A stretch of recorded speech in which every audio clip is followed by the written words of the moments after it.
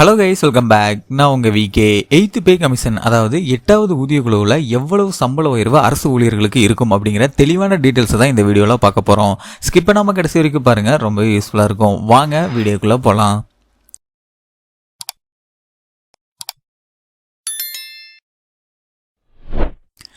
Central government employees, அதாவது மத்திய அரசு ஊழியர்களின் வகைப்பாடு எப்படி இருக்கும் அப்படின்னு பார்த்தீங்கன்னா, மத்திய அரசு பணிகளில் அதிக பணியாளர்கள் உள்ளனர். அரசு பணிகளில் உள்ள பெரும்பாலான ஊழியர்கள் கிரேடு பே 1800, அதாவது கிரேடு பே 1800, 2400, 2800 மற்றும் 4200 சேர்ந்தவர்கள். ஜூனியர் அதிகாரிகள் உட்பட குரூப் டி மற்றும் குரூப் சி ஆகியவை இந்த ஊதிய குழுக்களின் கீழ் வருகின்றன.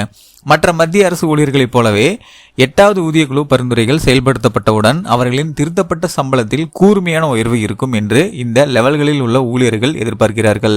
அதாவது இந்த மத்திய அரசு ஊழியர்களை பொறுத்த வரைக்கும் கிரேடு அப்படிங்கிற ஒரு கேட்டகரி இருக்கும். அதில் 1800, 2400, 2800, 4200 இந்த மாதிரி இருக்கும். இதில் சேலரி ஸ்லாப் செப்பரேட்டாக இருக்கும். ஸோ அது எல்லாத்துலேயும் அடிப்படையில் இந்த 8th பே கமிஷனில் எவ்வளவு ஹைக் இருக்கும் அப்படிங்கிற தெளிவான டீட்டெயில்ஸை நம்ம பார்க்க போகிறோம்.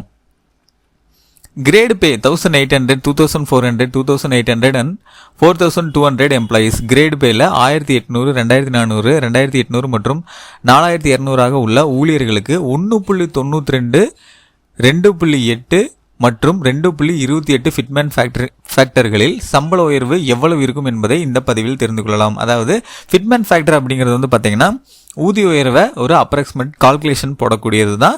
எவ்வளவு இருக்கும் இந்த தடவை, லாஸ்ட்டு கிட்டத்தட்ட 7th பே கமிஷன் வரைக்கும் எவ்வளவு நடந்திருக்கு, இந்த தடவை எவ்வளோ வரும் அப்படின்னு சொல்லி ஒரு அடிப்படை காரணியாக வச்சு கால்குலேட் பண்ணக்கூடியது இந்த ஃபிட்மேன் ஃபேக்டர். அதன் அடிப்படையில் 1.92 2.28 வரைக்கும் இந்த உயர்வு இருக்கும் அப்படின்னு பார்க்கப்படுது. இது கிரேடு அடிப்படையில் பார்க்கலாம்.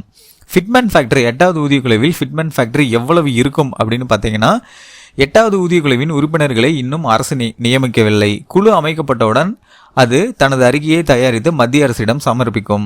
அதில் ஃபிட்மேன் ஃபேக்டர் குறித்து பரிந்துரைக்கப்படும். பின்னர் அதற்கு மத்திய அரசு ஒப்புதல் அளிக்கும். ஃபிட்மேன் ஃபேக்டர் என்னவாக இருக்கும் என்பது குறித்து பல மதிப்பீடுகள் மற்றும் கருத்துக்கள் உள்ளன. 8வது ஊதிய குழுவில் ஃபிட்மேன் ஃபேக்டர் 1.92 முதல் 2.86க்குள் ஒரு அளவில் தீர்மானிக்கப்படலாம் என கூறப்படுகின்றது. சேலரி ஹைக், ஊதிய உயர்வு எவ்வளவு இருக்கும் அப்படின்னு பார்க்கலாம். கிரேடு பே 1800 பார்த்தீங்கன்னா அடிப்படை ஊதியம் 22,100. கிரேடு பே 1900 அடிப்படை ஊதியம் 25,200.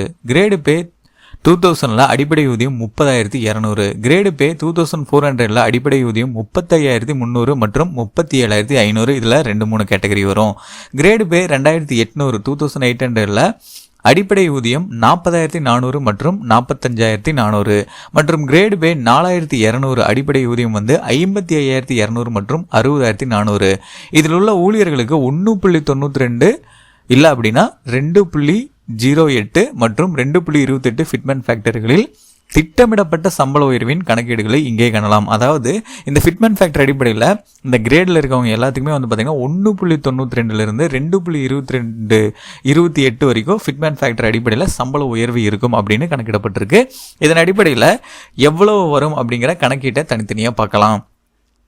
கிரேடு பே 1800, பேசிக் பே ₹22,100. கிரேடு பே 1800 அடிப்படை ஊதியம் பார்த்தீங்கன்னா 22,100. இதில் உள்ள ஊழியர்களுக்கு மதிப்பிடப்பட்ட ஊதிய உயர்வு எவ்வளோ இருக்கும் ஃபிட்மேன் ஃபேக்டர் அடிப்படையில் அப்படின்னு பார்த்துக்கலாம். 1.92 ஃபிட்மேன் ஃபேக்டரில் 42,432. 2.08 அப்படின்னா 45,968. சப்போஸ் 2.28 அப்படின்னா ஃபிட்மேன் ஃபேக்டர் அடிப்படையில் 50,388 கிடைக்கும். இதில் பேசிக் பே ஆல்ரெடி அவங்களுக்கு 22,100 இருக்கிறது குறிப்பிடத்தக்கது. இதுவே கிரேடு பே 1900 அவங்களோட பேசிக் பே பார்த்தீங்கன்னா 25,200. இதில் இருக்கக்கூடிய ஊழியர்களுக்கு மதிப்பிடப்பட்ட ஊதிய உயர்வு எவ்வளவு இருக்கும் அப்படின்னு பார்க்கலாம். 1.92 அப்படின்னா 48,384. 2.08 அப்படின்னா 52,416. 2.28 அப்படின்னா 57,456. இந்த கிரேடு பே 1900 இருக்கவங்களுக்கு கிடைக்கும். அடுத்ததா கிரேடு பே 2000. இதில் பேசிக் பே அவங்களுக்கு பார்த்தீங்கன்னா 30,200 ஆல்ரெடி வாங்கிட்டு இருப்பாங்க. அந்த ஊழியர்களுக்கு மதிப்பிடப்பட்ட ஊதிய உயர்வு எவ்வளோ அப்படின்னு பார்த்தீங்கன்னா 1.92 அப்படின்னா 57,948 ரூபா வரும். 2.08 அப்படின்னா 62,816 வரும். 2.28 ஃபிட்மேன் ஃபேக்டர் அப்படின்னு பார்க்கும்போது 68,850 56 ரூபா. இந்த கிரேடு பே 2000 இருக்கக்கூடிய 30,200 ரூபா சம்பளம் வாங்கக்கூடிய மத்திய அரசு ஊழியர்களுக்கு கிடைக்கும். அடுத்ததா கிரேடு பே 2400 அவங்களோட பேசிக் பே அடிப்படை ஊதியம் வந்து பார்த்தீங்கன்னா 35,300. இந்த ஊழியர்களுக்கு மதிப்பிடப்பட்ட ஊதிய உயர்வு எவ்வளவு இருக்கும் அப்படின்னு பார்த்தீங்கன்னா 1.92 ஃபிட்மென்ட் ஃபேக்டருக்கு 67,776, 2.08க்கு 73,424, 2.28 அப்படின்னு பார்க்கும்போது 80,484 ரூபா இந்த கிரேடு பே 2400ல இருக்கக்கூடியவங்களுக்கு கிடைக்கும்.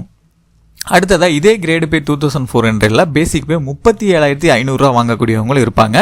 அந்த ஊழியர்களுக்கு மதிப்பிடப்பட்ட ஊதிய உயர்வு எவ்வளோ அப்படின்னு பார்க்கலாம். 1.92 அப்படின்னு எடுத்துக்கும்போது 72,000, 2.08 அப்படின்னு பார்க்கும்போது 78,000, 2.28 அப்படின்னு பார்க்கும்போது 85,500. இது எல்லாமே வந்து பார்த்தீங்கன்னா கிரேடு பே 2400ல 37,500 ரூபா வாங்கக்கூடிய அரசு ஊழியர்களுக்கு மதிப்பிடப்பட்டிருக்கு. அடுத்ததாக கிரேடு பே 2800ல பேசிக் பே 40,400 வாங்கக்கூடிய ஊழியர்களுக்கு மதிப்பிடப்பட்ட ஊதிய உயர்வு எவ்வளோ அப்படின்னு பார்க்கலாம். அவங்களுக்கு 1.92 அப்படின்னு பார்க்கும்போது 77,568 ரூபா கிடைக்கும். 2.08 அப்படின்னு பார்க்கும்போது ஓவராலாக 84,032 ரூபா கிடைக்கும். 2.28 அப்படின்னு கணக்கிட்டோம்னா 92,112 ரூபா அவங்களுக்கு கிரேடு பே 2800ல இருக்கவங்களுக்கு கிடைக்கும்.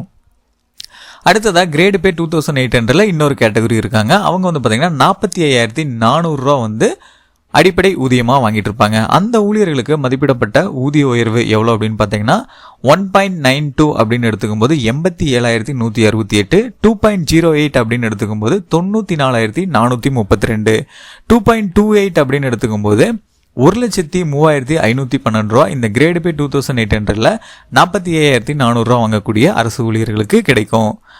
அடுத்ததா கிரேடு பே 4200ல பேசிக் பே 55,200 ரூபா வாங்கக்கூடிய அடிப்படை ஊதியம் வாங்கக்கூடிய ஊழியர்களுக்கு மதிப்பிடப்பட்ட ஊதிய உயர்வு ஃபிட்மென்ட் ஃபேக்டர் அடிப்படையில் பார்க்கலாம்.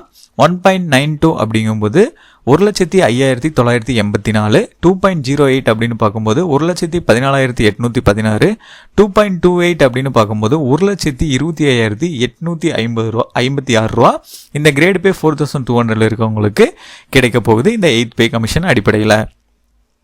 அடுத்ததாக கிரேடு பே 4200ல இன்னொரு கேட்டகரி இருப்பாங்க. 60,400 ரூபா பேசிக் பே அதாவது அடிப்படை ஊதியம் 60,400 ரூபா வாங்கிட்டு இருக்கக்கூடிய ஊழியர்களுக்கு மதிப்பிடப்பட்ட ஊதிய உயர்வு ஃபிட்மென்ட் ஃபேக்டர் அடிப்படையில் என்ன அப்படின்னு பார்க்கலாம். 1.92 அப்படின்னு பார்க்கும்போது 1,15,968 ரூபா கிடைக்கும். 2.08 அப்படின்னு பார்க்கும்போது ஃபிட்மென்ட் ஃபேக்டர் அடிப்படையில் 1,25,632 ரூபா அவங்களுக்கு கிடைக்கும். 2.28 அப்படின்னு பார்க்கும்போது 1,37,712 ரூபா இந்த கிரேடு பே 4200ல 60,400 ரூபா வாங்கிட்டு இருக்கக்கூடிய அரசு ஊழியர்களுக்கு கிடைக்கும்.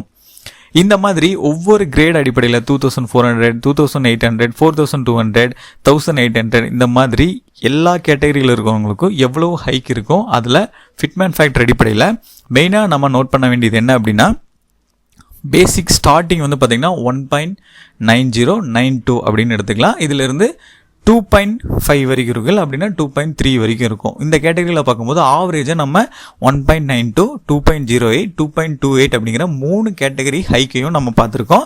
இது வந்து பார்த்திங்கன்னா இந்த கிரேட் அடிப்படையில் நான் உங்களுக்கு சொல்லியிருக்கேன். ஆல்ரெடி அவங்க என்ன வாங்கிட்டு இருக்காங்க அப்படிங்கிற அமௌண்ட்டையும் அதுக்கப்புறம் இந்த 3 கேட்டகரி ஃபிட்மென்ட் ஃபேக்டர் அடிப்படையில் எவ்வளோ உயர்வு இருக்கும் அப்படிங்கிற தெளிவான டீட்டெயில்ஸ் நான் உங்களுக்கு சொல்லியிருந்தேன். இந்த டீட்டெயில்ஸ் எல்லாம் உங்களுக்கு ரொம்பவே யூஸ்ஃபுல்லாக இருந்திருக்குன்னு நினைக்கிறேன்.